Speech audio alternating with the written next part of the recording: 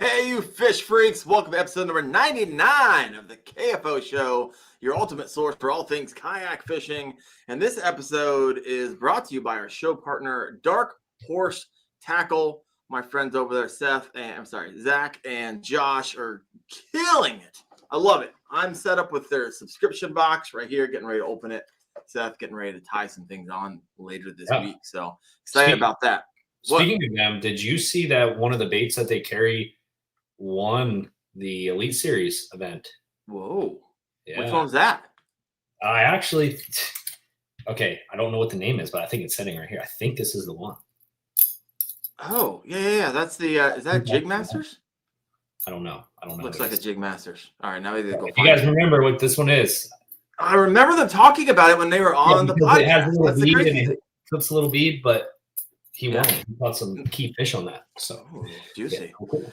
All right, well, head over to darkhorsesackle.com. They got you can do the subscription box, but they have a bait store too. So you can go there and just kind of pick and choose which ones you want, so you know exactly what you want. But next week, Seth, we have a big show, big giveaway show. Yeah. I'm giving away a Hoodoo kayak, $800, 2 $25 gift cards to Dark Horse Tackle, 2 $50 KBF bucks codes, so you can pay the next 2, KBF monthly tournaments with them if you want to. But here's the thing: you must be present to win. And so I'm going to do a thing where you type in #Hoodoo and you have to actually be here. We'll do a randomizer and you will win the kayak and we'll just ship it to your house. You don't have to meet me at some faraway land to pick up your kayak and so forth and so on. I think Cast King just wrote me recently. They're getting out some spools of fishing line as well. They got some braid. They're 13X. So it's gonna be a good time. I got something in store. I'm thinking party, Seth. I think so. Like a ton of people from the past coming on and just shooting the bull and giving crap away. Oh yeah, a lot of opinions. A lot of opinions in there. Yeah. A lot of 100%. It's gonna be good. It's gonna be good. So Seth. Speaking of chat, though. Oh, go ahead. What? Oh, yeah. So if you're for those of you who are listening on the podcast, you're like, what are you guys talking about? But if you're listening live right now on YouTube and on StreamYard, actually, they have a new feature and where it allows me to show the comments on stage. So you can actually see on stage now these comments, which is really cool, right? Because usually when you go watch the video on YouTube afterwards, you don't see any of the comments that are aggregated from all the platforms. I believe now when this runs on YouTube, you will actually see it. So just to let you guys know, y'all need to behave yourself because now all your comments are going to be out there for the world to see and not hidden on this on the StreamYard after the fact. But I have a killer guest tonight. We got Austin Hoover on the show. But before we go there, he's sitting in the green room. He's dodging tornadoes. He called me up a half hour ago. He's like, oh, can we push this half hour? I think a tornado is going to run me over. I was like, well, I can do whatever you want. I want you to be safe. He's like, all right, give me a second. I got to check out this radar. And he gives me a call back 15 minutes later. I think I'm good. I think it's north.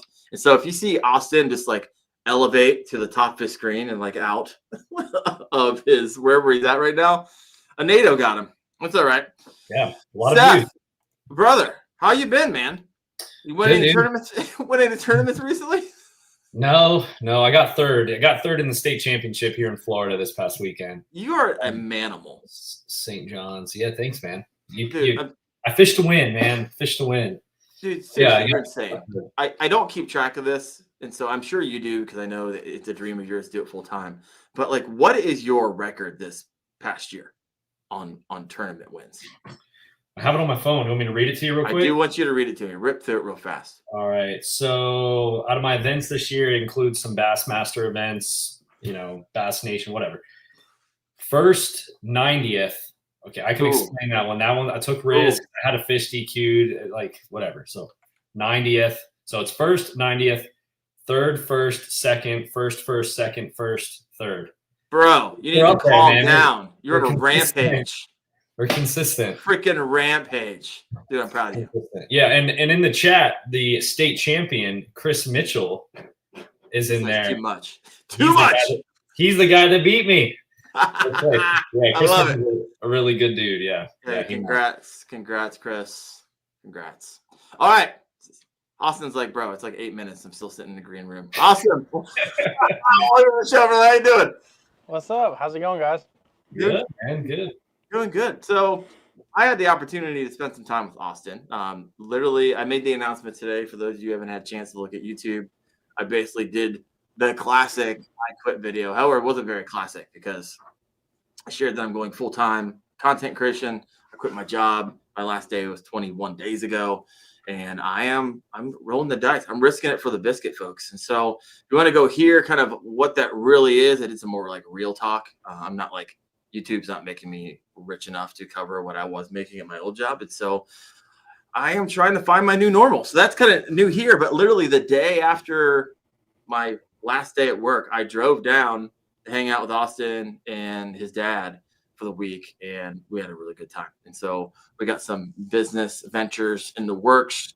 You're going to hear more about KFast here in the future, kayak fishing, advanced safety training that Chad and I are working on. Austin will be working on. We're all going to be part of. So it's really awesome. But Austin, you and I are going to be spending some time together.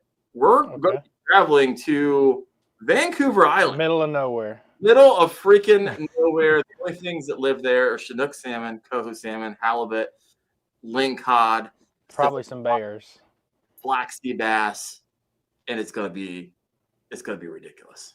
Yes, it is. Ridiculous. So last What, week we got I had a month? What, we got a month too? it's No, less than a month. Less than a month. It's coming up quick. So I had Keith Stevenson on. You guys listen to the podcast religiously, and he was like, "Bro, I need you to go. I need you to go. I need you to go." And so he finally talked me into it, and somehow I talked my wife into it. She's the saint because she gets to carry the burden of taking care of the household in one way. But nonetheless, we're gonna have a good time, and there's gonna be a lot of guys. There's gonna be the aggressively average anglers are gonna be on that trip.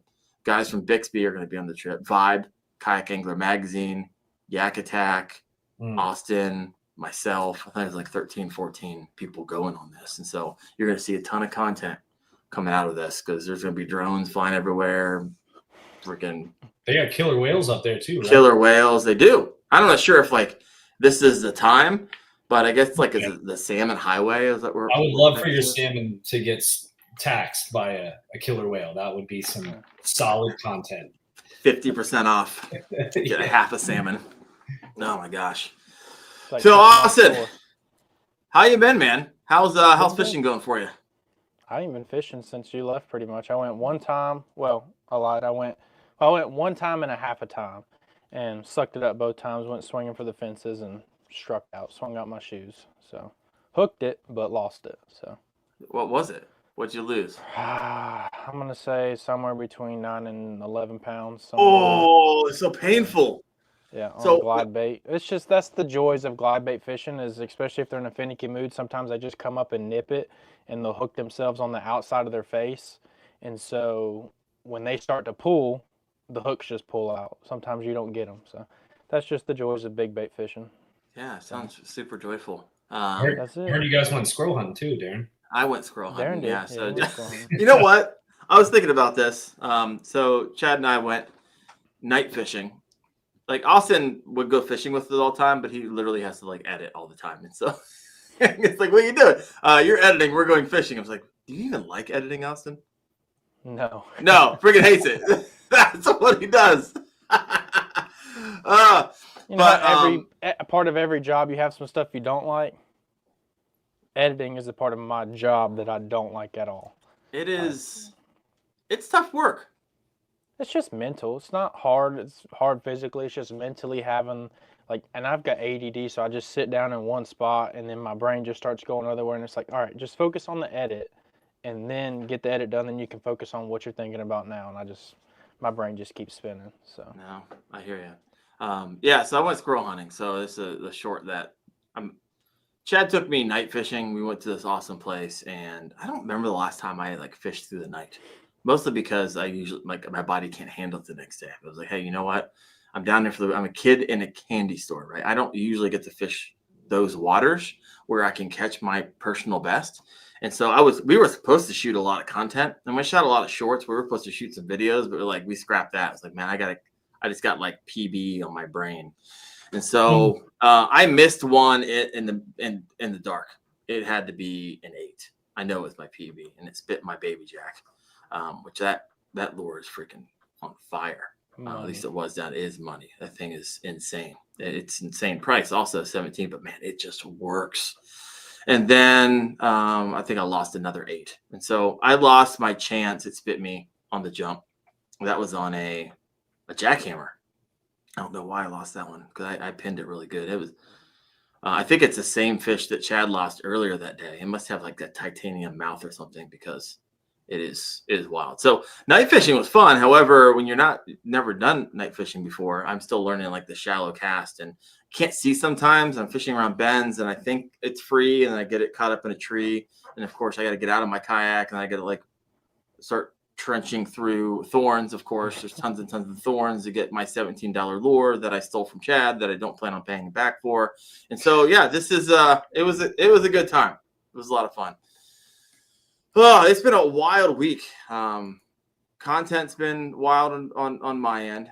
I was just sharing with Seth, Jeff, this past week alone, like 3.5 million views on Facebook alone. And so the content that Chad and I kind of shot together has kind of taken off. And also people just lose their mind when they see when they see a rigged, tricked out kayak. Austin, why is this that people lose their mind? and it's like a visceral reaction whenever they see a kayak with rods and reels and graphs that the first thing that comes to their mind is go, you should have bought a boat. You could buy a nice used boat. You could buy a nice John boat. What? Why? I mean, I literally got maybe thousands of comments. That is just buy a boat. I don't know. I think it's like we have these purists out there to where kayak needs to be like you're still sitting on the boat, you got a paddle, and you got 2 rods.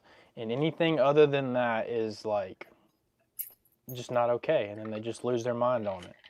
It's not even the kayak people. I mean, it's people that's coming out. I guess they have a boat. Oh yeah, I mean we do get people from the boat world. Just like there's probably people. Oh, I say probably. I know there's people out there that will never touch a kayak, never have touched a kayak, but they're commenting on kayak stuff. Yeah, I love it because whenever I start getting like comments and people just going like crazy and saying people doing people stuff, I'm like, yeah, finally. The algorithm is serving my content to a new audience that doesn't like it, and they're gonna let you know about it. And meanwhile, just cha-ching. Keep commenting. I know. Keep commenting. Sometimes I'll play with them because I know they're gonna comment back. Like, yeah. Is that why Austin put that large pole in like his big screens, like obnoxiously large up front, so you can stand up and scope and everything for those comments? Because it works. No, that's just because it's easy. That boat, it's not just for. Oh, power just went out. Oh, it's working. You're still here. Oh, is it? Yeah. Oh I can't see nothing. Both screens just went black. That's odd. It's still working. Can y'all see me? I'll just talk to a black screen then. No, I put that there. So that whole mount, it's a Millennium. It's called the double graph mount from Millennium, and on the XTR, I wanted all my stuff back a little bit. Why can't I see it all? You can move over to your phone if you want. Well, if you can still see me on my computer. I can hear you. You're just frozen. There, oh, now you're back. There. Okay. So back to where I'm literally tornadoes. Like, look, I just got another tornado amber alert. So you're good. Risk it for the podcast. Yeah, I'm fighting that right now. So, your dad's in the comment section. You might want to say goodbye. You love him. Yeah. Say your last final words because it's been a ride. Yeah, it's been a ride. Thanks, Pops. So what were we talking about? The double graph. Why did I do that?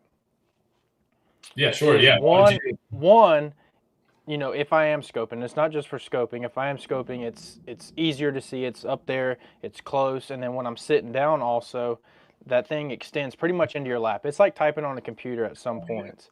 And so every time me too, up until this kayak came out, every kayak you're doing, let's say you're going side scanner to find some offshore fish or a grass line or whatever. Anytime you want to mark something, you got to bend over, go to the front of the graph, mark your stuff, then go to it. I don't like bending over. So I just started looking at other options, and that's what I came up with. It makes your just so happens to get clicks. It makes the screen larger. So like if you have a 12-inch graph and it's 4 feet in front of you, okay, whatever. You bring it here, That sucker's like a 20-incher now. I always joke about like the Bassmaster elites. Like you look at like an Easton Fothergill or Andy Morgan, they're all like 6'4", right? And then you look at a JT Tompkins, they're like 5'5". I was like, that's an advantage right there. Oh yeah. Just from a physical strain point of not having to bend down and see as far. So yeah. So my 10-inch graph is probably what I see is bigger than what some of these pros are seeing with a 12 down on the deck. And it makes a huge difference for people that don't really scope it. Being able to see the tiny little movement, makes a big difference. And it's not just for scoping; it helps for scoping, but a lot of times it's like I said for the side scan feature, just so I can mark stuff, and then also I can just fold it forward and just get it completely out of the way. Like if I'm going to Gunner's when I'm fishing docks or whatever, right? I'll just fold it up on the front of the deck and it's just there and it's out of the way. So that's why you can fold that mother down. I can fold it all the way down into the deck, and I can fold it all the way to the back. I can fold it to the side. I can fold it whichever way I want, and it'll get as flat as it needs to get. What's the mount? Do a video on that because I thought it was like. It's the Millennium Marine double graph mount. So they make that just sounded expensive when you said it. No, it's actually $250. It's probably the cheapest double graph mount out there. It's the cheapest that I've seen. That's like worth it. That's not just straight up junk. Right. But it's also the most functional one. Like Beatdown has a nice one. It's got some nice knobs and nice stuff on it, but it only goes this way. You know what I'm saying? Like it only has one axis to fold. It's either up or down. The Millennium goes side to side, up and down, and then I can actually change the head of the two graphs together or individually. So it's got a lot of adjustment in it. Seth, what are you thinking? I just run one graph. I just got a 12-incher right now. So. Well, they make a single. They make the same mount for a single. The problem that I would have is if I bring it closer, I still keep my pedal drive in because I use my pedal drive for like small movements. So it'd have to be up over, which then it'd be kind of in the way of a pedal drive. In the way a little bit. But I do like the concept though, bringing it closer. Mine is as close as you can get it without like being in my way. Yeah. So I can. And then some people get it close by putting it like right by their knee or whatever. But then you got to like look down at an angle and. Right. I don't like that. It's all preference. Now, how easy is the thing to move? Right? Is it kind of like spring loaded where you kind of move it, or do you guys go like start untightening knobs and stuff like that? You just got to do a little knob. It's got teeth in it. It's got like to where that way it doesn't just slide on you. Yeah. But it's super easy to move. Like I posted a reel the other day. I hooked a fish, and it was mainly just for shoots and giggles. I hooked the fish and wanted to go to. I didn't really need to go to the front of the deck, but I did, and I just pushed the graphs out of the way, ran to the front of the deck. Did some ninja moves and then brought the fish to the other side. So it moves easy. Yeah. And so you run. Go ahead. No, go ahead. You can set. I can set all the knobs, right? And I can tighten it down and lock it down, but I also can set it to where it's tight enough to where it's not going to move unless I want it to move and I apply, some good pressure to it. Nice. So walk people through what your rig is, kind of the features of it. If you haven't seen this, it shows up a lot on kayak bass fishing. It's a good looking rig. You have an XTR. Yep, Bonafide XTR 130. It's got a motor guide on the front. It's got the Millennium. I don't know why it keeps skipping my brain. The Millennium double graph mount. It's got two Lowrance HGS 10s on it, and let's see, I'm playing it in my head. The seat. It's got a seat cushion on it. Then I got a 16x16 Black Pack Pro with a short stack on it that has in the Black Pack itself. I've got the two batteries, one battery for the electronics and one battery for the motor. And I got a short stack on there for some extra tackle. And then on the back, I have an Anchor Wizard or a Power Pole or sometimes both. Okay. So seems pretty simple. I mean, do you ever rotate out a Torpedo? Yeah, I have. Yeah. I like offshore fishing. I really do. So I personally believe, there's certain fisheries and certain times of the year and places that this is not true, but for the most part, your bigger fish live offshore. So I just forced myself to learn how to fish offshore. Like Gunnersville, there's probably I know there is. There's 9 and 10 pounders up shallow 365 days a year if there's water in there and it's not just completely freezing. But you start getting on reservoirs and places that don't have grass, most of your bigger fish are going to be offshore, and I like catching big fish, so I just learned how to fish that way. Yeah. Florida's a little different, Florida's its own creature, but for the most part, offshore is where your bigger fish live. So this kind of takes us into our topic of the night, how to dominate summer bass fishing. And that's why I wanted to have you on, because I know you put up the donkeys. and I've seen that. And you like to target large fish. And so let's hop into this. And so, and what's your overall approach? I know you talked about a little bit summer bass fishing, right? How does it differ from spring to fall? Not everybody listening in has been fishing as long as you have. I literally was reading your dad's book on kayak bass fishing that he wrote, and I was looking in there, and I was like, "This is Austin," but this is Austin at like 5 years old, and you've been fishing with your pops and in the industry for probably from since you can remember, right? No, So I mean, I got my own kayak when I was 4. Like I started paddling my own kayak and making my own decisions at 4. So now I'm 25. So before we hop into, sorry, now I want to back up because I did have this question. I didn't write it down anywhere.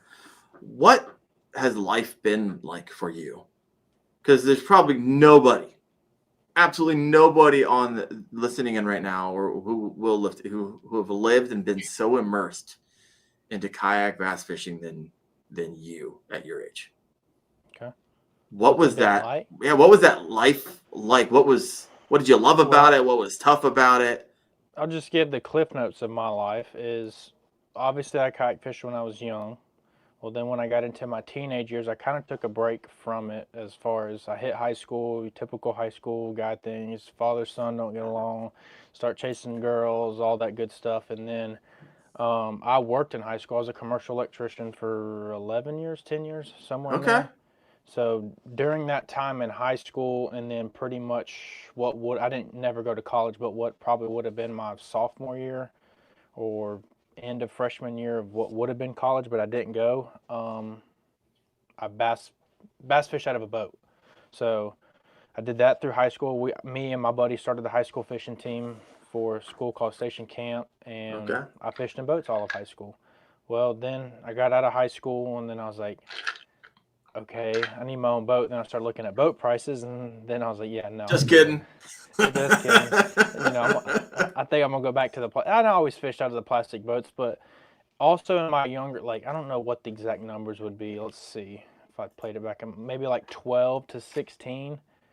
Some could say I probably got burnt out on kite fishing because I was homeschooled for a little bit of it, traveled the road with Chad for the TV show, and went to Canada and probably got burnt out on kayak fishing itself just because we went hard in the paint. I mean, there's no way around it. We did it, and I might have just got burnt out on it, and then somewhere along the lines I got back into it, and that fire ignited, and it has not been put out since, and it hasn't even dimmed. How long has that been? Oh, probably 21, about right. So about you're 4 years. Yeah. Yeah. So on from 4 to, I would say about 16 was doing it, and then from 16 to, so about 4 or 5 year hiatus, some would say. Did a lot of creek fishing at that time, just wading. I was lucky enough and blessed to be living in Middle Tennessee, which has creeks and rivers all over the place that you can wade. And I did that, and then like I said, back around 21, I got back into kayak fishing and reignited that flame per se, and it's bright as ever. Man, I love it. So what are Austin Hoover's dreams? Like, my dream is just to be able to fish and make a living doing it. That's really it. I don't have much. I just love fishing, actually. So it's a simple man, folks. Yeah, I'm very simple. I mean, I just want to be able to fish, and I want to be able to make a living doing it. That's it. That's it. I mean, I say that's it. That's it. Yeah. So they call it a dream for a reason. So yeah, 100%. Well, I mean, when I think I had, was it Fluke Master I had on Seth? I was like, hey, Fluke, who's one up and coming person like should watch out when it comes to fishing, comes to content creator? And he's like, you need to watch out for Austin Hoover, is what he said. I was like, oh man, come on. And I was like, you know what? I need to have Austin on the show. Once he said that, I was like, popped in my brain. We got to get him on here because you're 25. You got a lot of years of life ahead of you. So you have a lot of time to make this happen. And I believe, no doubt about it, with the people in your corner and the skill set that you have when it comes to editing, the skills that you have when it comes to just straight out catching them and targeting them. Yeah, I do not believe that you wouldn't be able to do this. I believe it's just going to happen. It's kind of already happening, but I think you want to remove the editing part and just kind of do the fishing, the fishing part. You'll Figure never that get out. out of editing in this industry. You're going to edit something at some point. The dream is to make enough money to pay for an editor, and that's the dream. And so there's the dream. Me just get to go fishing and then offload everything and say, hey, I need this done. Darren likes to edit. Darren likes to edit. Oh my gosh! I don't think he likes to edit. I think he's just learned how to make himself think he likes to edit, so that way he can get. Yeah, he just tricks his own brain. Yeah. You got to trick your brain, folks. I love this. Kind of positive attitude makes it just a little easier. If you focus on the negatives the whole entire time, you'll never get through it. 100%. I love sitting at my computer and just going over the same video 6 times when I could be out fishing.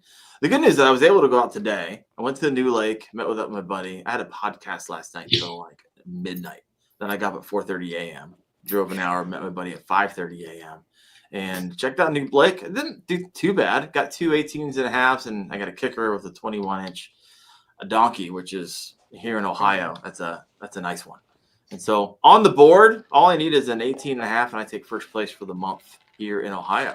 So Seth, I know you always try to poke the bear. I'm one kicker away from taking first. So I get a 20 last, Darren. Right now I'm last because I only have 4 fish on the board. I don't post fish typically under like 17 inches. I really don't even like doing 17. I just really do 18. If it's not an 18, I'm not winning first or second, so I'm never going to be in the money because there's not enough people in there. All right. So Austin, back to the original question. I was curious about that because that's Seth's dream as well. Figure out a way. I think is that everybody's dream listening in right now. I'm assuming that if you're watching a kayak fishing podcast, you're like, hey, my dream. I don't know about. I think there is some people that are just pure fans of the sport. Like, but if they could do it full time, they wouldn't. No, I think there's a lot of people that might think that they want to, but then when they get into it, they'll learn real quick it's not what it seems like. But I have met some people before, and I'm saying this because I met somebody later. No, this is good. Like, he's like, I really respect people like you and other content creators and all this stuff. He's like, because I don't want to do that. I just want to go fishing and have fun and just be my getaway. And it doesn't have to be my work. So, only reason I bring it up. I thought it was Randy Blockett at first, but that definitely was not Randy there. Philip McCurry is like, yep, that's me. Love to do that. Colin B. Basson says, my dream is to work in the fishing industry. Currently going to college for an outdoor industry entrepreneur business degree. That's there you go. Nice. Yeah. Here we go. Yep. Catching reds from the kayaks would be awesome from Southwest Indiana Outdoors. I just want to make the baits that catch all the fish. Yeah, Ranger makes some cool baits too. Actually, he does? Yeah. I don't know where it's at, but I got one here. One of his baits. Yeah, he makes his own baits and paints them and stuff. It's pretty cool. Phil, when he grows up, he wants to be like Seth. What's the company? Yeah. What's the company? I don't know. I think he runs it by his name. Okay. It might be Granger Baits or something like that. Granger. Let us know in the comments. What's the name or the website where people can find you? Yeah, he will. Hand painting. All right, so Austin, we're going to spend the rest of our time on summer bass fishing. I had a lot of different questions. I'm kind of asking these from a standpoint of for someone who may not, or maybe getting into fishing kind of like first time, what to be thinking about. And so what's your overall approach to summer bass fishing, right? And then how it kind of just frame it up, like how's this going to differ for you from the spring and the fall? Well, I mean, right now, we'll just do for right now. Like summer and right now is like right now where we're at right now, and then true summer is a little different. But right now we're coming out of the post spawn, right? So these fish are thin. I mean, they are paper thin. I call them paper bellies.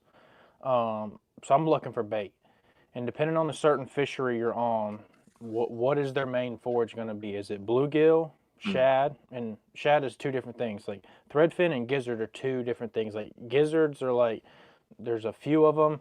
In threadfin, there's a million of them together, and in my experience, more of your gizzards are more related more towards the bottom, hard points, all the basic offshore stuff that you hear about, and then your bait balls are going to be, like your threadfin balls are going to relate to vertical banks, wind-blown vertical banks. If you get in on a certain fishery and you get on a wind-blown vertical bank, hold on, because there's going to be some hungry fish, some fat fish, and a lot of fish. So those. So how I'm long looking for the bait? How long would you say? I've done some research on this, so I think I know the answer, but I want to hear your opinion. How long would that bank need to be wind blown in order for the plankton to get set up, for the bait fish to follow, for the bass to follow? 3 days. They say 3 days. As I'm far thinking as a like rule of thumb. 3. It's a long time. I've seen it to where literally in an hour it'll change. I've seen. Wow. In like 12 hours, like I'll be fishing on one day and I'll see all the fish on this bank, and then the wind will switch overnight and I'll be back there the next morning. And that same bank I was on that evening wearing them out on, they've moved. Nothing. Yeah. Nothing. They have moved with that bait. And it all depends on your fishery. If it's a shad dominant fishery, you're going to get a lot of suspended fish. You're going to get a lot of fish that are moving. They're roaming. They're not staying in the same spot. They're not sitting on a brush pile. They're just staying with these bait balls, and then they just keep them in sight, keep them in check, and then when they're hungry, they go. So, main thing I look for is bait. That's it. Yeah, that's works. If you're out there, and I have an app that actually shows me wind blown shores for 3 days in the past and 7 days in the future. So I could literally plan it. And if I see a wind blown shore for 12 to 24 hours, and it's because it shows on the deep dive app as like red. And if I can scroll and I see that's red for 12 to 24 hours, I know that's the first place I'm typically going. And that's the beauty of the technology nowadays, because before these apps, like, you have to be a freaking weatherman and track all this stuff on a piece of paper, which is ridiculous. And so now that technology can really give you an advantage. It just speeds the process up. Yeah, 100%. Convenient and easy. Like you said, you don't have to sit there and write down. You can get on. You don't have to be the person checking their app going, okay, today was west-northwest, tomorrow is this west, and then the next day is this one. Okay, so we need to go to this bank. It just makes it easy. Yeah, 100%. So when you see the summer, do you kind of break it up into early, mid, and late summer? And how does that affect how you fish a body of water? And of course, kind of make it to help people understand, because I'm up here in Ohio. I'm in a different everybody's different. Completely different. So frame it for us, kind of what you're looking at, water temperature, kind of what the shad spawn, this stuff like time that. of year, and this is something I have put together, and there's no science behind it. It could just be pure luck. So don't take this for. There's another tornado. Bro. You should probably look at that. Well, we'll give you a moment to take a look at that to make sure that the. Let me see where it's at. Anyway, what I'm saying. Anyway. Sorry for the interruption. What were we just? Now my brain's all messed up. Should be. Yeah, Amber Alerts flying off, and you're. It's the 6th one. Just kidding. 6. Eventually, one of these is going to be true. Oh my gosh, I feel bad for even keeping you on. If you need to go, we'll let you go. No, I'm good. I'm watching. Now this one's even closer. Great. If you hear everyone start hearing my freight train in the background. If it gets cluttery in here, it was nice knowing y'all. Appreciate it. Man, thanks for the information. We'll use it for the rest of our lives. I got it right now. Here's where I was at. When I see that water go from, like I said, there's no science to this. That I've seen. It's just something that I've paid attention and put a pattern together. When that water starts hitting 75 degrees, my number one thing I'm going to look for is structure right after where I would think they'd be spawning. If they're in the back of a pocket and that water temperature is 75 degrees, I'm going to go find me a brush pile towards the mouth of that same cove, creek, or whatever that they were spawning in, and they're most likely going to be there. That's that's my early, like right now, as soon as post spawn's over, as soon as I think the spawn is done and they're heading out per se. Some lakes they don't move out. Some lakes they stay, native to that area. But I'm definitely checking the first structure inside the mouth of a creek. All right. That'd be early. There's some things that pop into my mind when I was fishing with your dad. He was like, "Oh yeah, Austin caught like a 9 over here," and it was right in those areas where that you just explained, right? Yep. All right, that's pretty cool. All right, so you said that was early. That's early, yeah.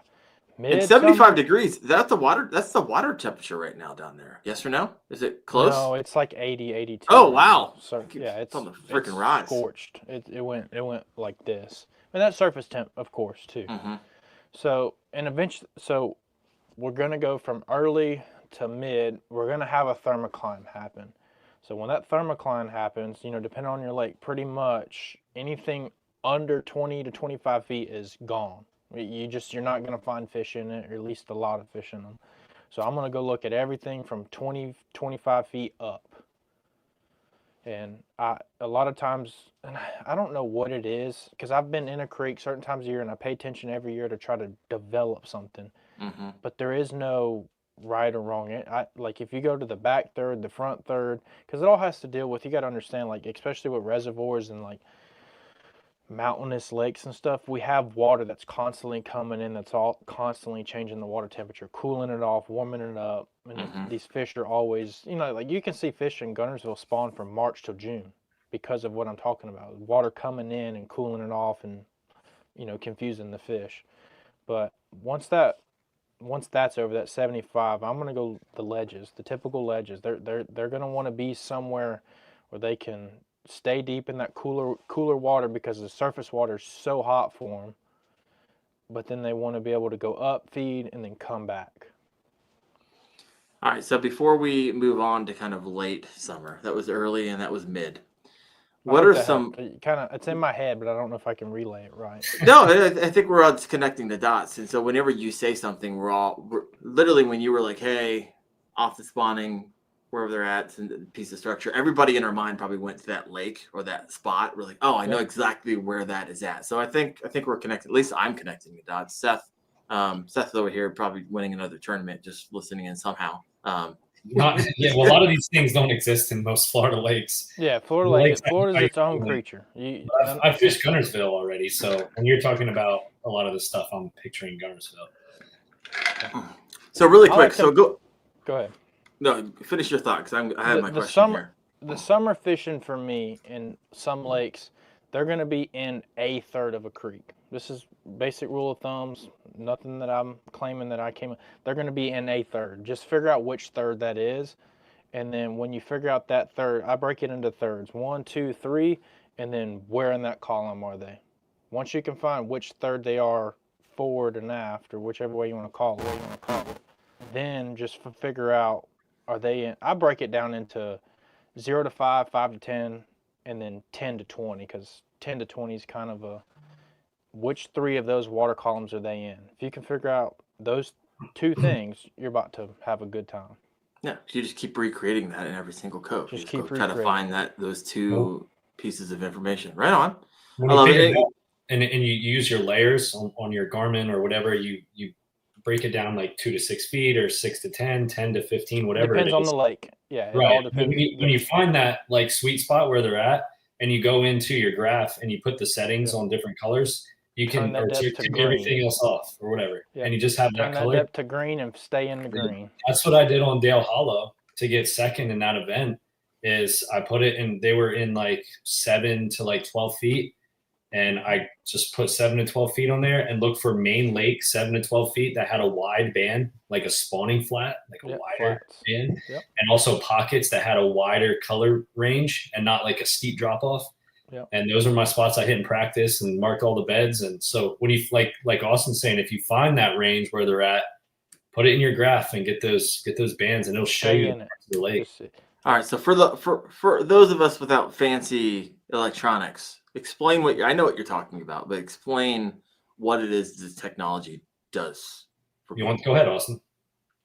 Explain the graphs and everything? Yeah, explain the graph and what you're talking about, your shading and kind of what. So the graph has an ability to say, like, I can go in and we have topo lines, right? And we have all these lines, and when I go in and I set every 5-foot increments just for my lakes. It just separates those things good. But some lakes you need a 10-foot increment because you got a long flat bay and you need to see those bands. Well, what it does is it's really allowing you not to have to look at the number and then the contour and itself. You're just looking at a color. Like for me, if I get, like Seth was just saying, he got on and he said 7 to 12. So what I'm going to do is I'm going to go into my graph and I'm going to turn everything 6 and under to white or blue, whatever your standard is, and then everything from 13 beyond of 60 feet. And it's going to be white, and then I'm going to highlight green or choose whatever color in your head. If red is the color in your head, in your mind, that says, yes, that's where I need to be, 7 to 12, and then I don't know if I have a picture of it. No, I don't. 7 to 12, if green, just stay in the green. Just look at your map, look at your charts, and just say, I'm staying in this and I'm fishing this. Yeah, That's it. it's pretty neat technology. If you don't have a fish finder or you're thinking about getting into a fish finder, that could be a game changer. So you're not, and you could like you could zoom out on your maps, be like, oh, this green actually there's a big flat over here that's really green. I'm gonna have to go 5 minutes to go over to get to it, and it just keeps you in the spot. There it is. Yeah, it helps you identify locations you wouldn't know otherwise. That would be like a sweet spot type area. And it really helps. It really helps determine whether that bank is actually steep and not, and it does it quickly for you. Like as you can see, like the black right there, that's a super steep bank. You know, this is pretty steep over here too, but that's vertical. And so you're not having to sit there and be like, oh yeah, those lines are kind of close to each other. Like on my graph, I've got my stuff set to, 0, 5, 5, 10, 10, 15, 15 to 20, and then anything after 20, I go deep blue because a deep dark blue, because to me it's like the deep Black Sea to Makes me. sense. So anything after that, I don't even need to worry about. So let's go a little bit tactical before we head into late summer. Early summer, you told us kind of where you're fishing. What are you fishing with? What is the lures that you like to bring out in early summer and then in midsummer? Chatterbait, spoon, spinnerbait, topwater. Spoons. Talk a little about that. I feel like it's one of those things that I don't have a lot of spoons in my arsenal, to be completely It honest takes with you. the lake and the fish have to set up a certain way for a spoon bite to be worth it, to where it's worth throwing that spoon and you can't just throw something else, if that makes sense. Well, talk some more on that. If they're around bait, and this is something Active Target has taught me, so I don't, whatever aisle you stand on with forward facing sonar, it's taught me something. It's about to teach all of us something. If they're in a chasing mood, right? I find, especially on a heavily pressured fishery, they'll follow a bait down and they'll hit it on the fall. So if they're chasing bait, or let's say I pan over to a bait ball and I scan that bait ball and all I see is just fish just coming up and boiling through the bottom of it. Usually that means I can get a spoon bite, and I can get it better than, let's just say, throwing a chatterbait or throwing a minnow or throwing something, because they're used to having to chase something. We're all trying to imitate what they're chasing, or their actual thing. So if they're chasing and then you're throwing a bait and just leaving it in their face, that's not natural to them.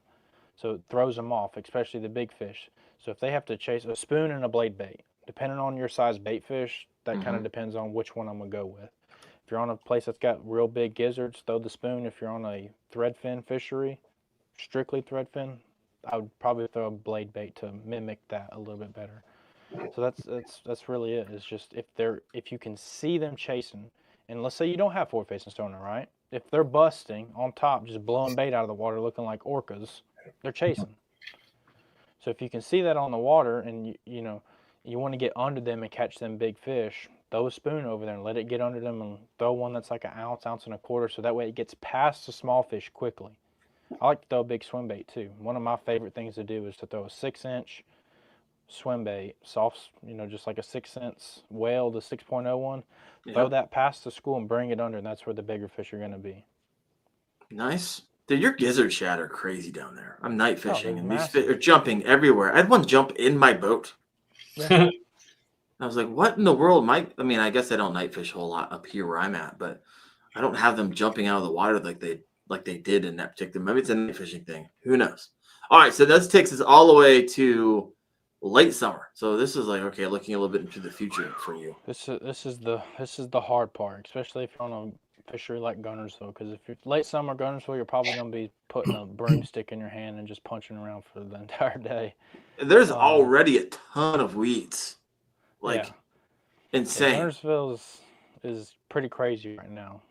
The last 3 years, just watching it where it's at the same point of every year is, to me, it's a little concerning. I'm gonna just say it, and we'll just let the internet do what the internet does. but it's a little concerning the amount of grass and how thick it is. Well, yeah, because we went. You guys took me to a spot. Yeah. And we got that there. spot's usually juicy, thin, the perfect amount of thickness. Lines. Yeah, open lines, the right mats in it to where, it's not top to bottom. It's just enough to give them that shade that they want so that they can just chill and be away from eagles, be in the shade. So anyway. It was choked. Yeah. Welcome to Florida. Yeah. But late summer is still something I struggle with.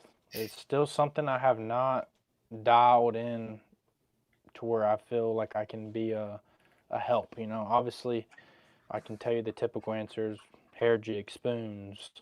Just get on a vertical bank and find you some structure. That's really it. Because late summer, they'll start to just settle down. They will really. That's if you find a brush pile. That brush pile can be your best friend until it starts cooling down again. Because they'll just stay at that brush pile and ambush all summer. They'll sit in it. You can pull them away from it, and they'll go right back to it. Unless you put them in a live well and ride them around for 9 hours, and then that fish ain't getting back to that brush pile. I digress. Yeah. Okay. I don't think I've ever fished a hair jig in my entire life. I don't think I could own one. Seth, I can almost answer this for you because you have like your core. Your core tackle. Floridas and hair jigs don't go together. That's yeah. No. That's a reservoir thing. Interesting. Huh. I need to do some research on that. Maybe with all my now time that I have, maybe I'll go grab a hair jig and fish it around a little bit. See what happens. I don't know what the lakes look like in Ohio, but put a hair jig in your arsenal. I promise you won't be disappointed. I have a feeling. I picked up that 21 today on a jig, so it's looking similar. There you go. So how do you approach fishing? You guys are kind of heading into extreme heat, or you're already there in high pressure systems. Well, for me, yeah, I am. I walked outside today and it was 91 degrees. I was like, I'm done. Cool. Just get me to winter. Because that's your favorite is fishing in the winter. It has quickly become my favorite because of a couple of reasons. The fish are fat as they'll be probably the entire year. There you go. And there's nobody else on the water. So what's the water temperature? What's the air temperatures and stuff? Why is no one on the water? Because you got to think. You got college football here in the South. You got college football going on. You got actual football going on. You got deer hunting, duck hunting. You got vacations for families. People who have family and they have to travel. So people are always traveling, going to see other families across the. So it just takes a lot of people. Most of it's the woods. Most people just give up fishing. They love fishing in the warm months, and then when it comes to the cold months, that's deer and ducks. Nothing wrong with that. Yeah. Do your thing. I'm gonna do my thing. So. Yeah. All right. So you're not saying necessarily. You're just saying they get distracted. You get the lake to yourself. Yeah. For some people, it's some of the best fishing for you. Some people fishing isn't their life. Like it's not what they think about. I don't understand. 24/7. Don't understand what you're talking weird about. People. So bizarre. I have a visceral reaction to that statement. Yeah. Should just go fishing.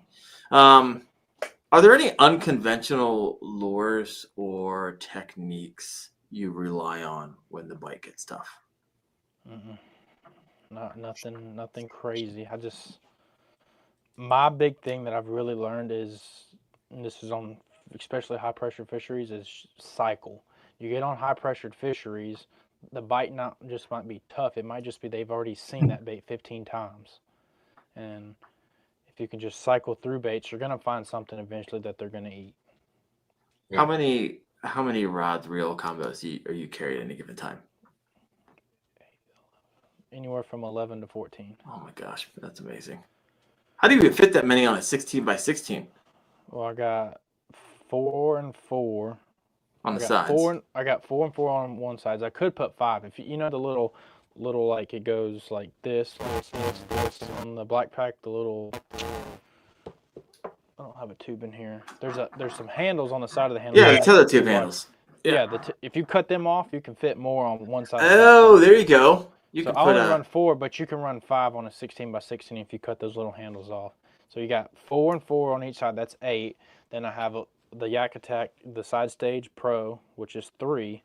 So that's 11. And then the XTR or the Power or whatever boat you're in has some kind of rod storage on the side. And those I have 3, up to 3. Most of the time it's just 1 or 2 of hopefully I don't need these, but I'm going to put them on the boat just in case. Yeah.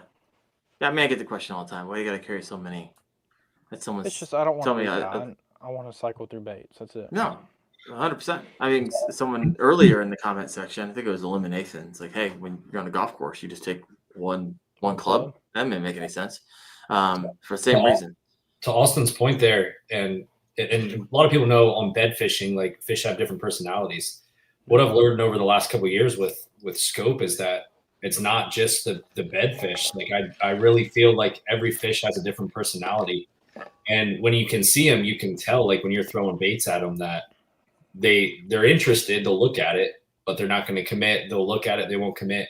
And then you'll throw something random that you don't typically use, and that'll be what triggers the fish to bite, or some of those big ones to bite. And it might not be every fish. It might have just been that fish. You can go back to a jerk bait or whatever for other ones. So I think, like Austin was saying, cycling through your baits makes a big difference. And it might not be the pattern. It might just be that certain fish. So but don't let off. I've also, it's the flip side. This is fishing, right? It's just decisions.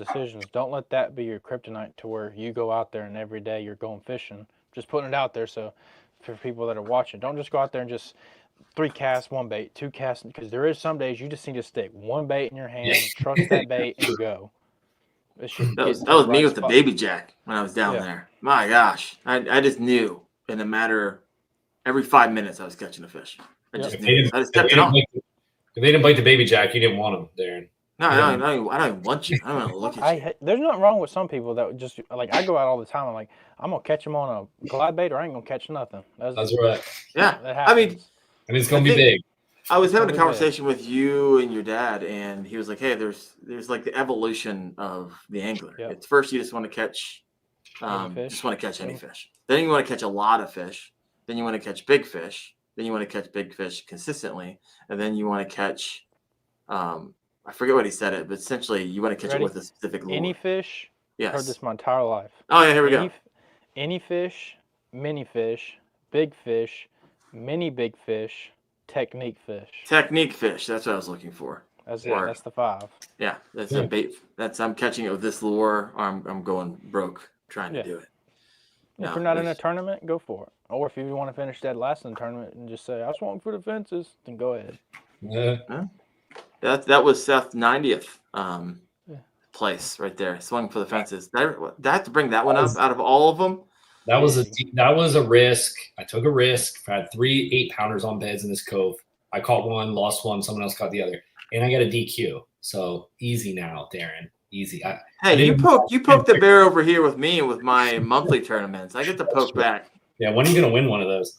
I won now last he doesn't year have a job, so all he gets to do is fish. So Ohio. He should win them.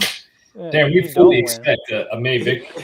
Here's the problem. I find myself like, okay, I need to amplify my content creation, not go fishing more. And so, I went fishing all day today. Don't get me wrong. I had a good time. But typically for one day on the water, you're spending like a day and a half on the editing floor, replying to the emails. And I get like 75 to lately, like 150 comments or emails a day just around the content stuff. And I like to actually go through and respond.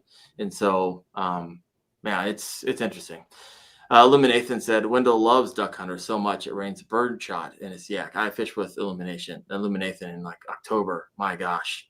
I can't even get to some of my spots because there's literally duck hunters on every corner of every island. And you're just fishing peace and quiet. The bird, boom! It just like jolts you. And then all this shot starts coming down around your kayak. That's Ohio. I love it. Sketchy. Love it. Sounds like South Texas fishing. There you go. Do you have any confidence baits, Austin, that you're like, hey, these are my top 3, just in general? Glide bait. Which glide? Depends on the time of year. I've got. Well, let me just keep it simple, not keep it difficult. If I'm gonna pick one and be done with it, it's gonna be the Buka Trick Shad, 7-inch. All right, 7-inch. Okay. Big. Okay. Or the Spro KGB, the mass-produced one. Those are my top 2 as far as versatility. They're most versatile. You can swim them, you can wide glide them, and you can chop them. There's certain glide baits that they excel at one or the other. They can't do all 3. and those two actually can do all three pretty dang good. You know how to work them. All right. So a glide, if we're going, not go crazy with it. A chatterbait, it's easy, and then a swim jig. And I don't have a lot of luck with swim jigs, but I have confidence in them for some reason. Like I just know that they're versatile and I can get bit with them. I love me a swim jig. Last year I caught my I don't catch a lot of big bass. fish on them. I really don't catch a lot of big fish, but I catch, good fish on them and catch a lot of fish. So that that's a fun hook set as well. Oh, there's when it comes, there's a billion bladed jigs out there. You mentioned the chatterbait. Is there one specifically you're like, hey, I like this, and I like this for what reason? The jackhammer and the baby jack. Okay, you're just straight Z-man. And I mean, you can call me cliche, typical, whatever you want, but there's no denying that the baby jack or the jackhammer is not the greatest. Whatever they found to react to a lateral line, they did something. But I'm gonna tell you why I like the baby jack the most. I like it more than a jackhammer, and I'm gonna tell you why. All right. I think because over the years, the fish have felt that and heard that same hit over and over and over, and they got used to it. And now we're giving them, because that baby jack has a tinier blade and a different hook and all that, it's giving them a different hit to feel, to attract to. I went out the other day and I tied on a baby jack and I tied on a jackhammer. Mm-hmm. Same weight and same color, same whatever, and I got hit more on the baby jack consistently than I did the jackhammer. And I know this certain fishery gets hammered with the jackhammer. I could be wrong, could be luck, but I think it's a different hit. Okay. And you want to know another chatterbait tip that a lot of people don't do? Of course I do. All right, so bring the juice, Austin. Do you throw a leader on your chatterbait, or do you throw straight fluoro? Well, when I was down there with you, you hooked me up with the I'll tell y'all this right now. now. Throw a braid to leader combo and change up your leader. There's times where I will throw a half-ounce jackhammer on 8 and 10 pound test leader. And what that's going to let that do is science us. Learn us. It's going to let that bait get a different hit, and it's going to either let it hunt more, and it'll give it a different action that fish aren't used to seeing. Like on Gunnersville, if I go to Gunnersville, right, and I know most people know me throwing a chatterbait on 15 to 17 or 18, I throw a chatterbait on 25 pound test on a 30 pound braid leader, or I'm going to go all the way down, and it gets a different hit. The bait moves differently, it sounds differently, everything. So there's a little chatterbait tip for you chatterbait fishermen. There you go. We got 62 live right now. If you have not yet done so, please hit the like button. Get this some extra juice after it's all said and done. So when it comes to, I mean, if you tried all the other, everyone has kind of I've tried the slobber knocker. I've tried them all. Nothing comes close, in your Nothing opinion? comes close. I'll say this. I think it might be. I'd get out there and I'm like, I'm going to throw the slobber knocker now because I want to be different than everybody throwing a jackhammer on Gunnersville. Yeah. And then the second that I'm not getting bit, it's like, okay, let me tie my confidence lure back on. Like Alex Rudd. Alex Rudd swears by the slobber knocker. He gets hit on the slobber knocker. He does. He does it in the creek and he does it on lakes. Yeah. But it's just not my confidence lure.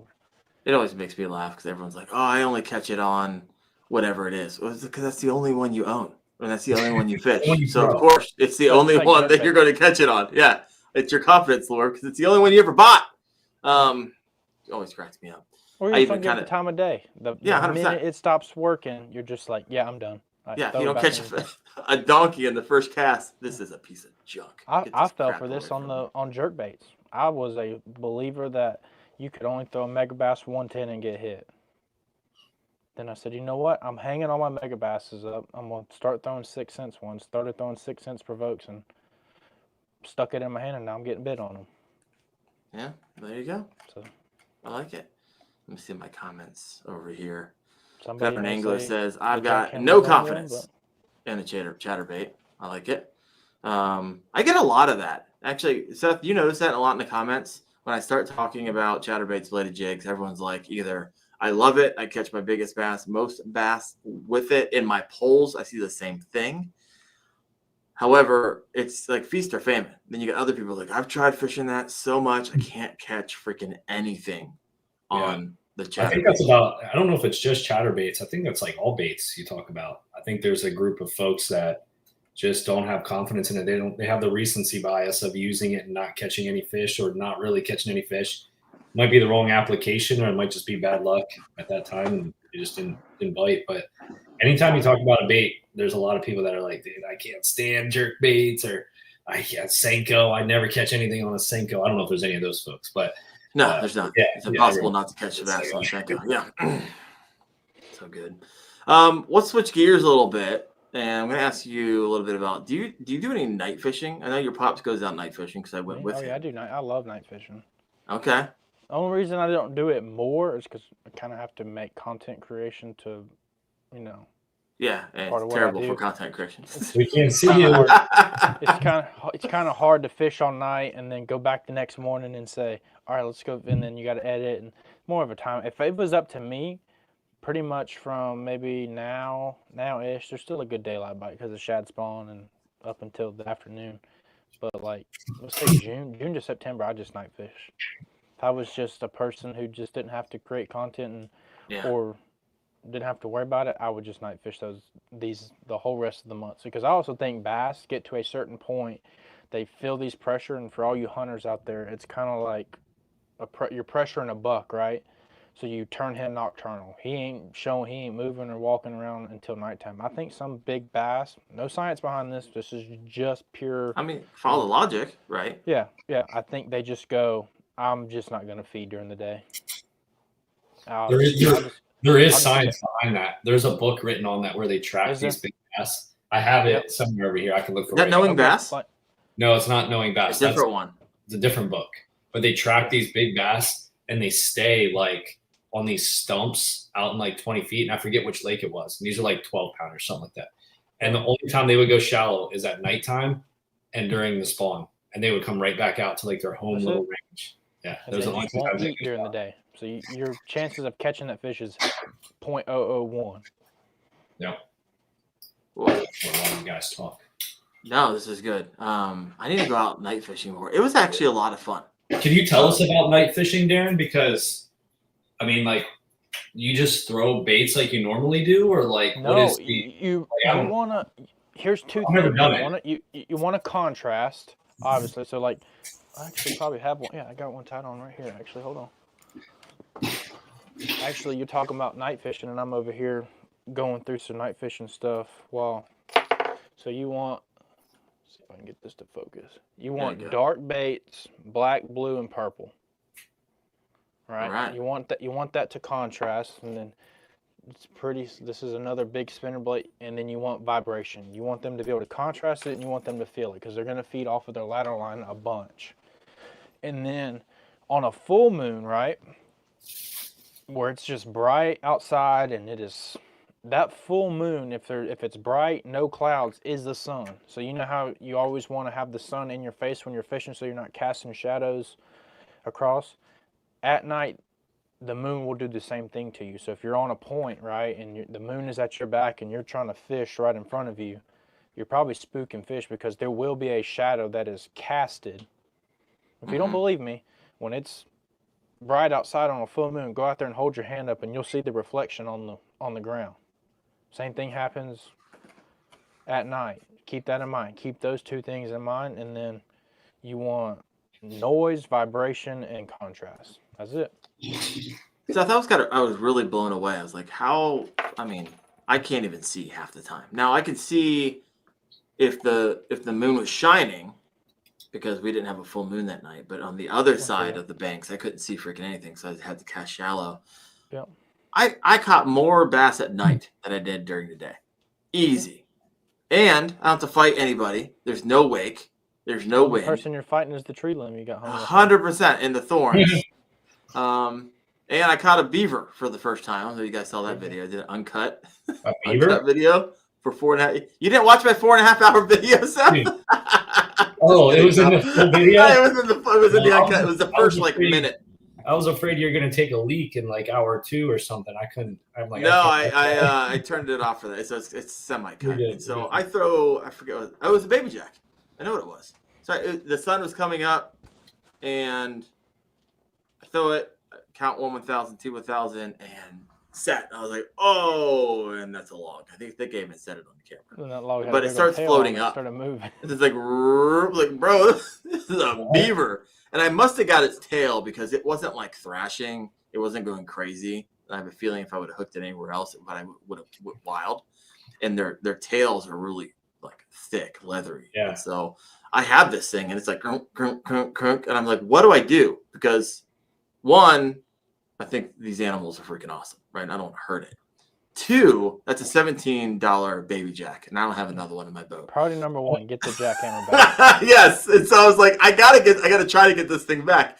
And so I'm like fighting this thing, and I didn't have it very long, and I just kind of tugged on it, and it came out, which was nice. And he just kind of floated away, like he didn't care at all that I just hooked his tail, and he was like, "What in the world's going on?" But that's the first beaver I've ever caught in my entire life. So then I went back. Darken your colors up and give them something to feel.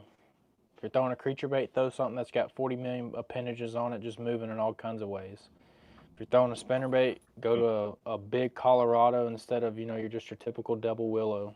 Get my face out of it. That's one of my favorites, actually. That's a 1 ounce Berkeley something power spinnerbait with a big old blade on it.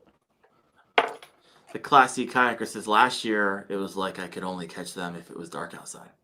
And so I really believe it. I didn't know that there was science behind it. I've never seen a study or anything on it. I can't find the book. This is the book that it's in there somewhere, but I don't want to sit in there and have a bunch of books. But this is a book called Bill Murphy. It's In Pursuit of Giant Bass. He's caught giants. This is before. I mean, dude, it has all kinds of. Oh yeah. It's really good. It's his life story and how he catches all these double digits throughout his life. So that's a good one. But there is science, and I'll figure out that book, and I don't know. I'll post it on my Instagram story or something at some point. Oh, that'd be fascinating. Next year, I find it. Yeah. No, I love it. Here's a question for you, Austin. Yep. What's one mistake you think a lot of anglers make in summer bass fishing? In summer bass fishing, mm-hmm. that they're shallow just because it's warm outside, and so they just stay on the bank. Get off the bank. It's intimidating if you don't have electronics, which it is. I've done polls on this. At least for those who follow the Wendell fishing community, only maybe 30 to 40% actually have electronics, and out of that 30 to 40%, most of them only use it for a depth finder. They don't actually know how to like read it. I'm not saying this is what people have told me. It's like, I haven't taken the time to really dial that thing in. And so, yeah, it wasn't. I mean, if we remove electronics from it, then just either. Here's what I'll say. I think a lot of people don't do what you just said a second ago. Count your bait down. Everybody wants to chunk and wind.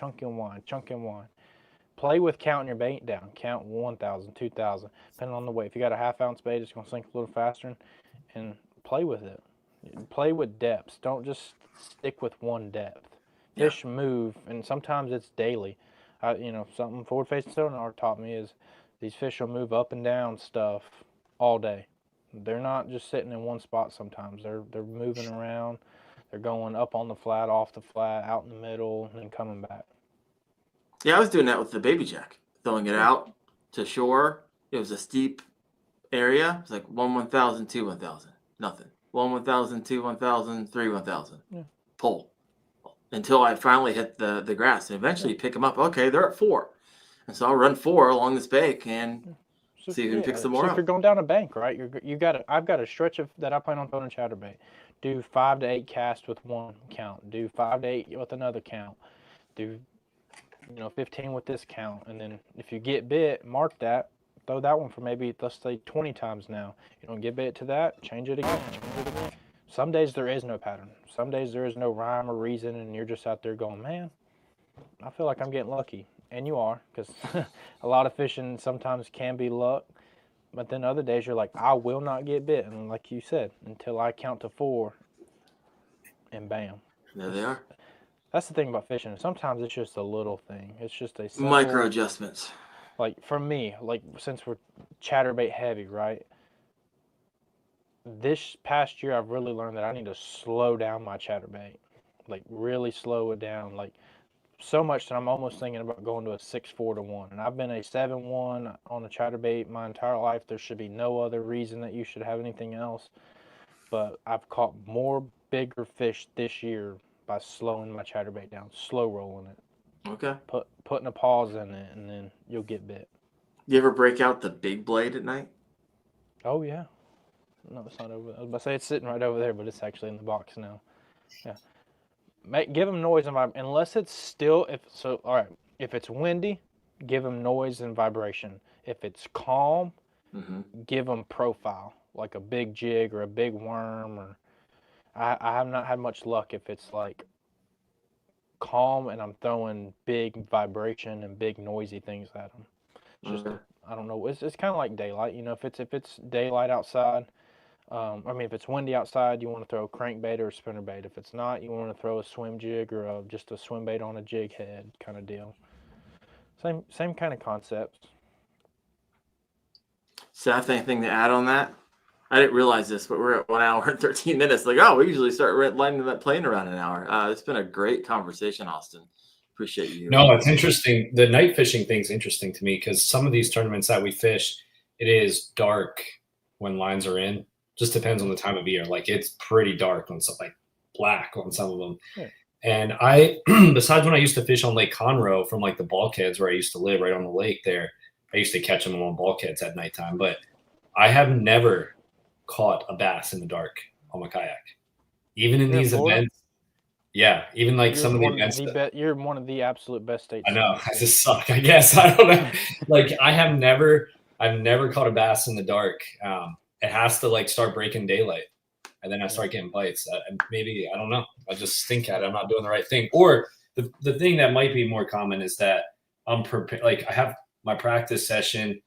My fish are during daylight hours. Like I have them in these areas, and I'm throwing like daylight presentations, or just throwing a wacky rig and just kind of being loose with it till the sun comes up. That might be another reason. But yeah, I haven't had success at night, so it's interesting when you guys went and just fished all night in the dark and caught them. I was like, dude, I can't find do it that. So weird about fishermen. They just some people. I don't know if it's like how people's minds are built or their temperaments or their patience.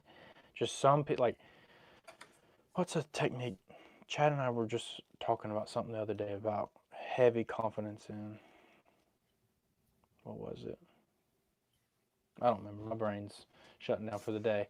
But just how some people have their thing and then some people will just complete opposite of it. I don't know. It's just a random thought I'm having right now. Yeah. It's just. I need to go fishing in the dark. Nitty gritty dirt band.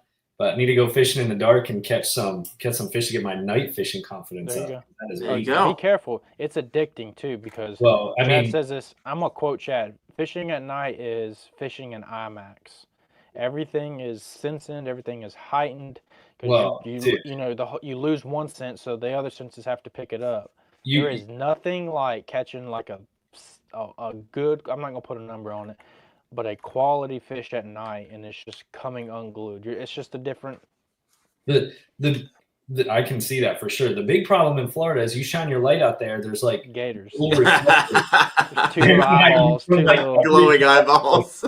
Like you get to the boat ramp on some of these lakes, and you shine your light out there. It's like, ooh, I did not realize there were so many of you under me the whole time. Yeah. That's funny. That is true. From Travis Gage. How do you deal with the bugs when fishing at night? Thermocells. My best friend. Thermocells, clip it to the back of your seat so it's as close to you, or just put it right there in front of you. I don't think I've ever heard of those. What are these? Thermocells. Thermocells? We use them for soccer practice. Hold on. Anytime in the evening. Thermocells where it's at, man. I've never heard of this. And I will also tell you this. Most bugs, other than Florida, because Florida, like I said, with everything in life is its own creature. After the first hour of daylight, they kind of dissipate. They really taper off. I don't know what happens on the water. I don't know if they go to land or who knows. But usually after the first hour, it kind of peters out and there's not as bad. So if you're like really worried about bugs, Just wait till don't get to the ramp till 10 o'clock. It's been dark for 2 hours, an hour and a half, most places. Get you one of these right here. Yep. Oh, dude.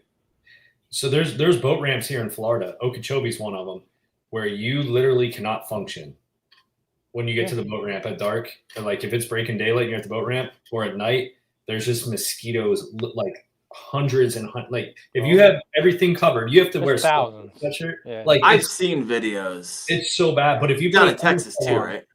Oh yeah, Texas is bad too.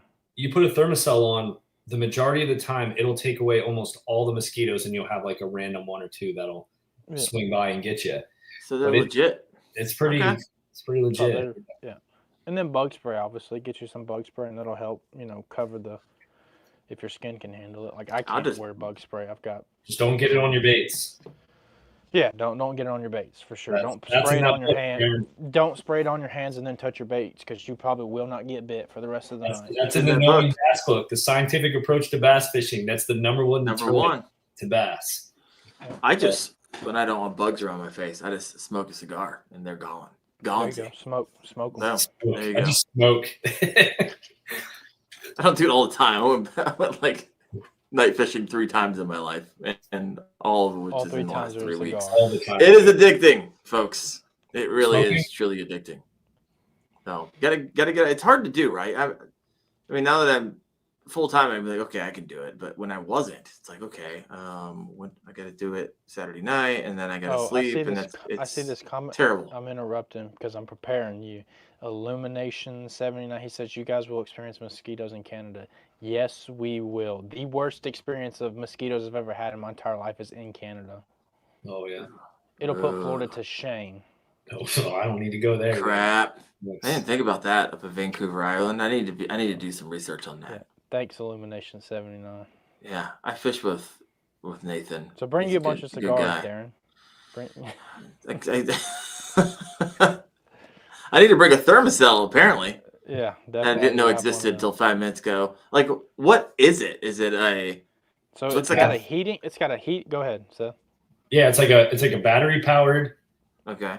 Thing that heats up the top, like Austin was saying, and it has it's got like a hot plate, like a mini hot plate in it.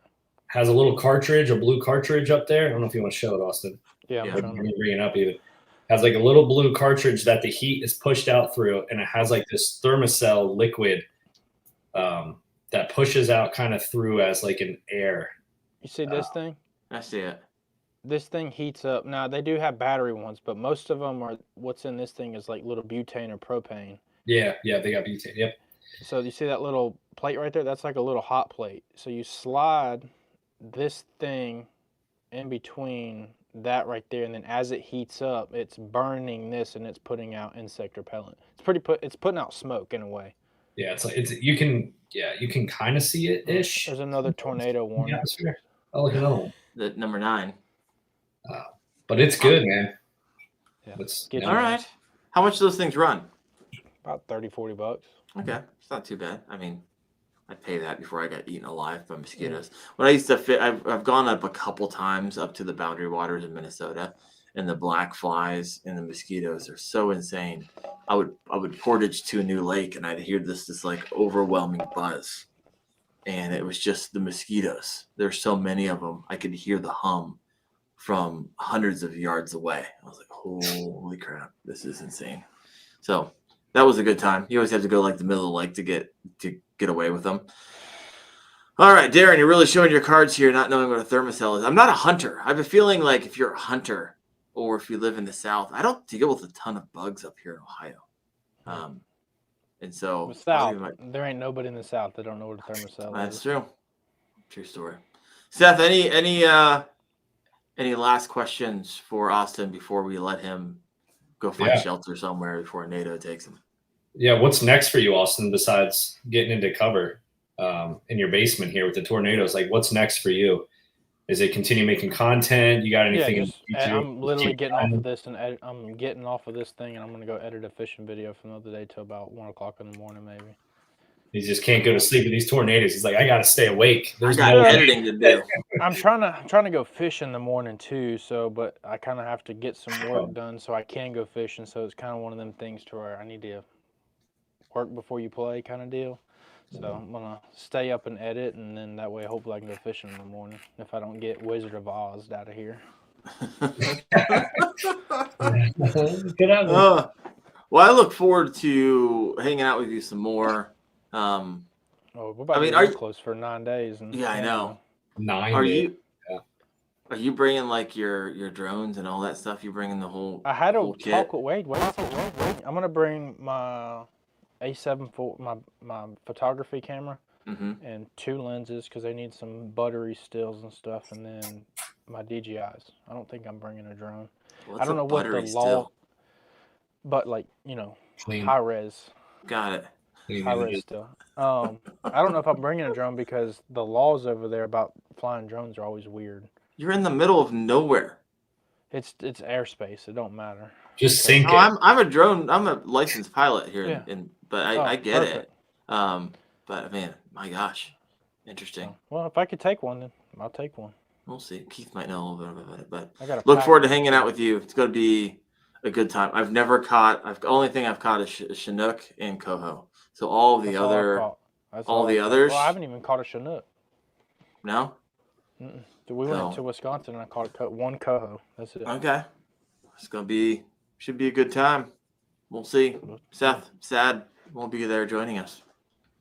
I'll be there Winning another living tournament. vicariously. In spirit, he will I'll be be there. watching your stories. Yeah.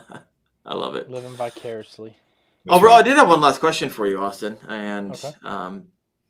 do you use any type of apps to help you identify bite windows? And how do you take those in consideration? Or is it just kind of good to know? Do you actually travel around that? Because you have a lot of freedom with kind of doing this and being able to go whenever you want, because you can create the time by editing at different times. Like, for instance, 1 a.m. in the morning. For sure. Bass Forecast and That's your Omnia. go-to? Bass Forecast, and I use Bass Forecast and Omnia. I used to use Deep Dive a lot, but then Omnia came out with the update that's got all the wind effects, so for the same thing. Love Deep Dive. Not crapping on them. No. The app has taught me a bunch. Still use it here and there, but Bass Forecast is probably my number one for feeding times. And then Omnia, and then I use both of those apps and kind of cross-reference to come up with a game plan. What do you like about the Omnia that the Bass Forecast does not offer? So the Omnia has, I'm a Lowrance guy, so they have all the CMAP. I'll just show you, so people don't have to guess. For the people that don't know, Omnia. So let's go about. Why is it not working right now? Here we go. So let's say during the spawn, right? We're coming into the spawn. What do bass like to spawn on? Hard bottoms. So. That was a question. I thought you were like. It wasn't rhetorical, Daren. We were supposed to answer. Oh, my bad. It's all good. I thought he was going on the. It was on me. So like another instance. So they have everything from the CMAP stuff that a lot of people actually don't know. You can actually do this on your laptop. But since Omnia partnered up, and then they've got Navionics on here too for you Garmin folks. You can go on and pull this up, and bright red is hard spots, right? So all this is from the Genesis Social, where this is an actual boat who went out and drove over it, and the sonar took the hardness of it, and then they upload it to this, and they have an algorithm and an AI that does stuff like that. So the fact that, and then they've got water clarity, they've got all that, they got the vegetation. Pretty much this menu right here is all stuff that I love about Omnia that Deep Dive doesn't have. But I still use Deep Dive because Deep Dive's wind, I will say their wind thing, that little slider you're talking about, going back, forward, I think that's untouched right now. But that's what I like about it, like especially during the spawn and it's post spawn, right? The shad spawn after the bass. On Gunnersville, the gizzard are going to spawn on hard long points. So I'll just go on here just to help narrow down some water, or just get me in a right area. If I can pull this up. I'll just go to one of my spots. If I just go over here and I find me, if it'll load, my Wi-Fi is knocked out, so I'm running everything off That's of because the hotspot. tornadoes are ripping through all the towers right now. Come on, load. Anyway, so you can kind of see it right there. See Everybody listening in is like, I can't see freaking anything. So what we're looking at is just a variety of different color shading, similar to what we're talking about earlier. All right, so let me we're down. The yellow is very, very softball. It's like mud clayish. The red is hard rock bottom. Well, shad and bass love to spawn on hard bottom. So I always say like getting into a creek and try to, where in this creek? I know I need to be in this creek, but where in this creek do I need to fish? Using stuff like this, it'll help you dial in a pattern. It could help you. Everything's about could help you. So you get zoomed in and you say, hey, or I know back here in the back of this creek right here, that entire back of that creek is majority a hard flat. Spawning frenzy. Helps you be efficient on the water too. Helps you be efficient. That's really it. Seth, do you use anything like this? I don't. Apps that you use? I don't. Not those apps. I know Omnia though. I thought about like a month ago before I went to Dale Hollow. It was like I thought about purchasing it, and then I just lost train of thought, I guess. But it was like $60, something like that for the year. Yeah, for the year. It's like 80 for the year. 80, yeah. So I think they're all around 80 now. Omnia, I saw that it has some pretty cool features, like what Austin's showing. So that might be in my future. Just anything to be more efficient, especially when you only have a couple practice days when you're fishing events, or if you're fishing. If you're a traveler, yeah. Whew. Yeah, you only have a day or two to fish. Like you want to get on fish pretty quick. So to be able to eliminate water, really helpful. Yeah, I'm using mine today. Right here, look. I'm just going to show some people just so they have a reference on stuff like what I would fish. Right here, we got a hard flat, for some fish shad to spawn on or for some bass to spawn on. But then they have the channel. Then they have the channel for deep water right beside them. So you can see there's a hard flat and then there's the channel. So that's a good spot to go look this time of year. You find a brush pile on that flat, just hold on. You're going to get your arm broke. Setting into the logs. I love it. Well, Austin, I'm going to let you go since I know you got to edit till the early morn, but appreciate you. If you have, I don't typically ask this, but if you haven't done so and you've already made it to the end of this podcast, if you go over to Apple and leave a review, I would be super appreciative. I'm trying to get some of those reviews in there. We got a good, I think, like 4.9 star rating going. So help us do that. It'd be great. Hit that like button on YouTube if you haven't done it. And before we go, a big thanks to Dark Horse Tackle, who brings this show to you. American small business stuff that's being made out of garages, and a lot of this stuff is just really cool. It's a little bit different than a lot of the other tackle out there. So check them out at darkhorsetackle.com. Make sure you don't miss next week. I'm going to call it the party, giving away kayaks, gift cards, all kinds of giveaways. It's just going to be a good time. So you'll be hearing more about that because I'll be ramping up a lot of the promotions this upcoming week.